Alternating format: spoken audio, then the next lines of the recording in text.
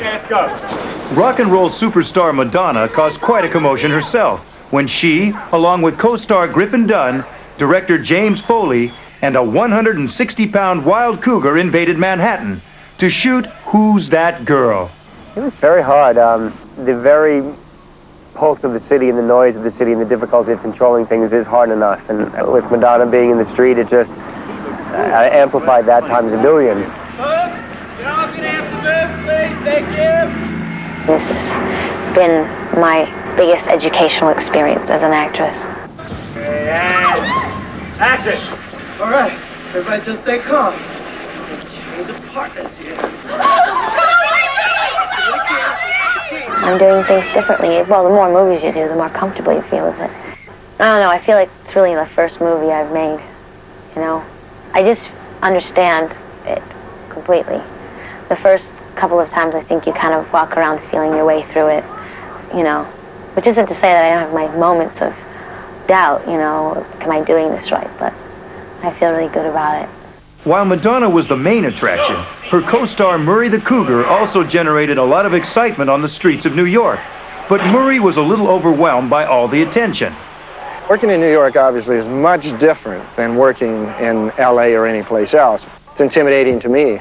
I mean, it was very intimidating to the animals. We had some requirements that we had to do in New York, and one was putting up double sets of 12-foot nets. We had 4 sharpshooters on the set all the time. We had the American Humane Society from New York. We had the Animal Control from New York. Guys, fall back a little bit more, please. You can take a domesticated house cat, and you take a little mouse or a little bird, and you put down there with your cat and see how quick he jumps it and eats it. Well, we're all mice and birds to these exotic animals, and it's the things we do and we don't do that keep us out of trouble.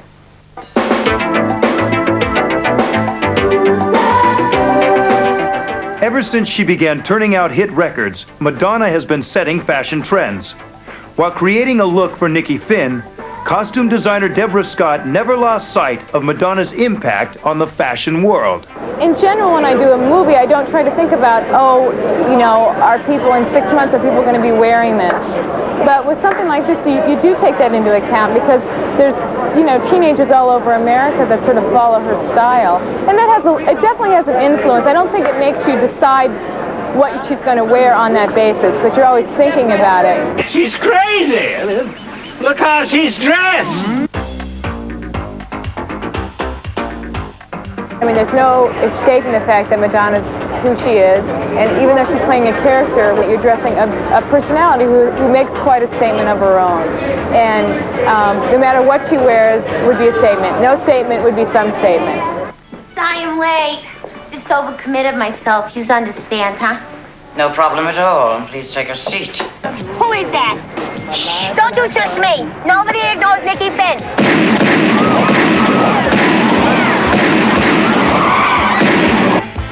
Despite Nikki's hair-raising hijinks, nobody gets hurt in Who's That Girl? Except perhaps a $152,000 Rolls-Royce Corniche convertible.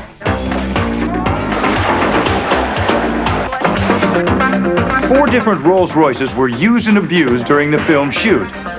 Bashed, battered, stripped, and spray-painted, one Rolls eventually falls apart from fatigue. Background. Action.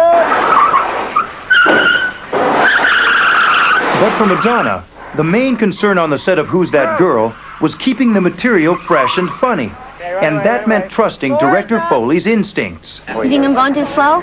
No, you're going faster. But I'm going as fast as my tight skirt will carry me. We do takes and takes and takes, and a way I was sure was going to work, and then Jamie would suggest trying just one little thing different, and I would swear that that was completely wrong and be so adamant about it, and then I'd do it and realize that he was completely right. Then I'd have to eat my shoe or something. But